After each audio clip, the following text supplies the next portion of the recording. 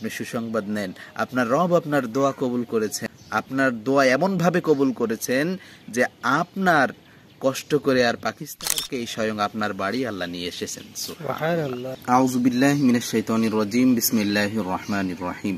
ওয়া ক্বালা রাব্বুকুম উদউনি আস্তাজিব লাকুম ইন্নাল্লাযীনা ইস্তাকবিরুনা আন ইবাদাতি সায়াদখুলুনা জাহান্নামা দাখিরিন। আলহামদুলিল্লাহ ওয়াসসালাতু ওয়াসসালামু আলা রাসূলিল্লাহ। প্রিয় দর্শক শ্রোতা, আশা করি সকলে ভালো আছেন। আমি আপনাদের সামনে কোরআনুল কারীমের 40 নম্বর সূরা মুমিনের 60 নম্বর আয়াত আমি তেলাওয়াত করেছি। আল্লাহ রাব্বুল আলামিন চমৎকার একটি কথা এখানে বলেছেন।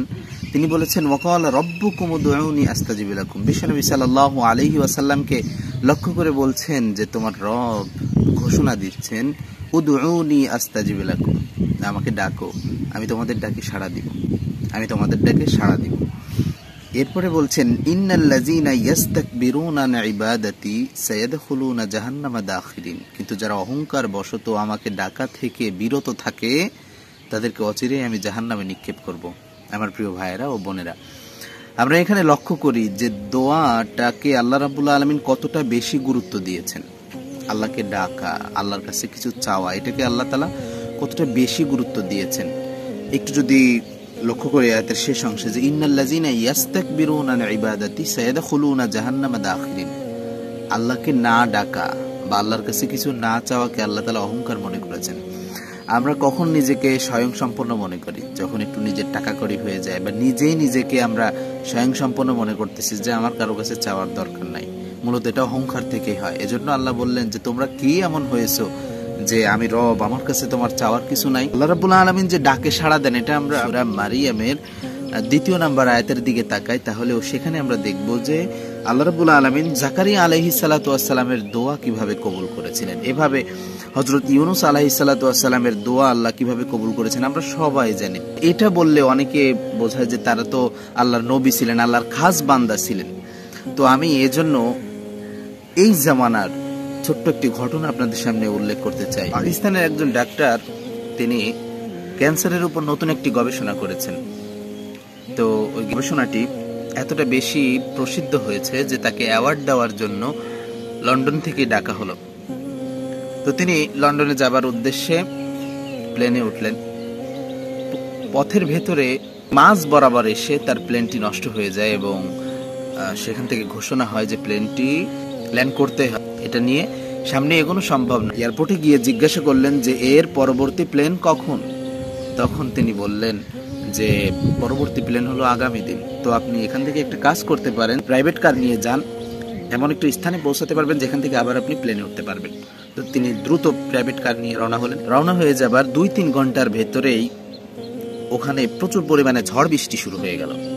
প্রচুর পরিমাণে ঝড় বৃষ্টি শুরু হয়ে গেল, এমন ঝড় বৃষ্টি যে গাছ উপড়ে পড়তেছে। এমনকি একটা গাছ তার প্রাইভেট কারের সামনে পড়লো, এমন ভাবে পড়ছে আর সামনে এগোনো যাবে না। গভীর রাত হয়ে গিয়েছে। তো এখন জীবন বাঁচানোর তাগিদে প্রাইভেট কার থেকে নেমে তিনি দেখছেন যে আশেপাশে কোনো বাড়ি আছে কিনা। তখন তো দেখলেন যে কয়েকটা বাড়ি আছে, একটা বাড়িতে টিপটিপ করে আলো জ্বলে। তো তিনি আর তার ড্রাইভার দ্রুত গিয়ে ওই বাড়িতে নক করলেন। তখন একটা বৃদ্ধা দরজাটা খুলে দিলেন। তিনি বৃদ্ধাকে বললেন যে আম্মাজান, আমরা যাচ্ছিলাম, পথিমধ্যে ঝড় বৃষ্টির কবলে পড়ে গেছি, এজন্য আপনার বাড়িতে আশ্রয় প্রয়োজন। বৃদ্ধা তাদেরকে বসতে দিলেন, তাদেরকে মেহমানদারি করলেন। যখন নামাজের সময় হয়ে গেল, ওনারা লক্ষ্য করলেন যে বৃদ্ধা নামাজে চলে গেল। নামাজে যাওয়ার পরে কি যেন কান্নাকাটি করে আল্লাহর কাছে বলে।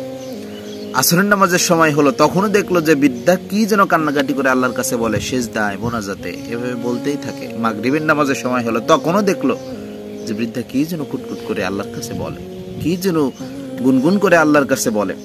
তখন ওই ডাক্তার জিজ্ঞাসা করলেন যে আম্মাজান, কি হয়েছে আপনার?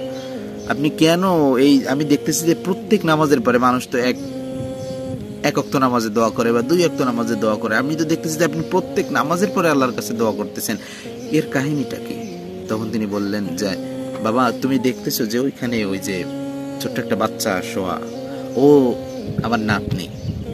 তোর এমন একটি ক্যান্সার হয়েছে যেটা এই দেশে এর কোনো ঔষধ নাই, তবে শুধুমাত্র এমন একটা ডাক্তার আছে যে শুধু এই ক্যান্সারের ঔষধ তৈরি করেছে, এর উপর গবেষণা করে। তো সেখানে নিয়ে যাওয়ার মতো সামর্থ্য আমার নাই। মূলত সেখানে নিয়ে যাওয়ার মতো সামর্থ্য আমার নাই।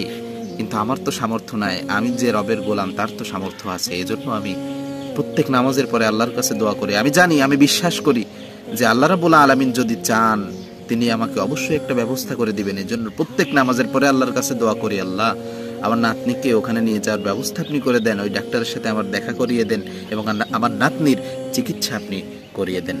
আমি জানি যে আল্লাহ সবকিছু পারেন, এই বিশ্বাস নিয়ে আমি ডাকি।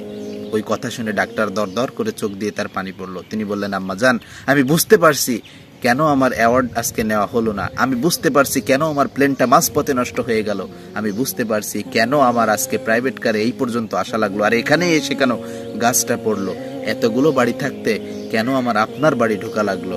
আপনি সুসংবাদ নেন, আপনার রব আপনার দোয়া কবুল করেছেন, আপনার দোয়া এমন ভাবে কবুল করেছেন যে আপনার কষ্ট করে আর পাকিস্তানে যাইতে হয় নাই, ওই ডাক্তারের কাছে গিয়ে ভিজিট দিয়ে ডাক্তার দেখানো লাগে নাই, ওই ডাক্তারকেই স্বয়ং আপনার বাড়ি আল্লাহ নিয়ে এসেছেন।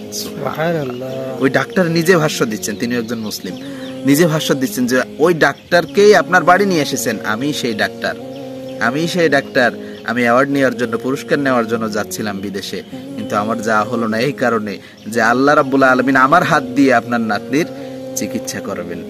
তো আমার প্রিয় ভাইরা, আমরা এই জামানার কথা শুনলাম, এরকম বহুত প্রমাণ আছে। আপনি যদি মন থেকে আল্লাহকে ডাকেন, আপনি একটা কথা মনে রাখবেন, পৃথিবীর যেটা কেউ পারে না সেটা আপনার রব পারেন, তিনি সর্বশক্তিমান। অন্তরের বিশ্বাস নিয়ে আল্লাহকে ডাকতে থাকেন, আর আল্লাহর কাছে যেটা আপনার দৃষ্টিতে অসম্ভব চাইতে থাকেন, অবশ্যই আল্লাহ রাব্বুল আলামিন দিবেন। হাদিস শরীফে এসেছে, দোয়া ও মুখুল ইবাদাহ, দোয়া হলো ইবাদতের মূল বা মগজ। এজন্য ইবাদত থেকে যেন আমরা খারিজ না হয়ে যাই সেদিকে লক্ষ্য রাখবো। আল্লাহ রাব্বুল আলামিন আমাদেরকে আমল করার তৌফিক দান করুন। ওয়া আখির দাওয়ানা আলহামদুলিল্লাহি রাব্বিল আলামিন। আসসালামু আলাইকুম ওয়া রাহমাতুল্লাহ।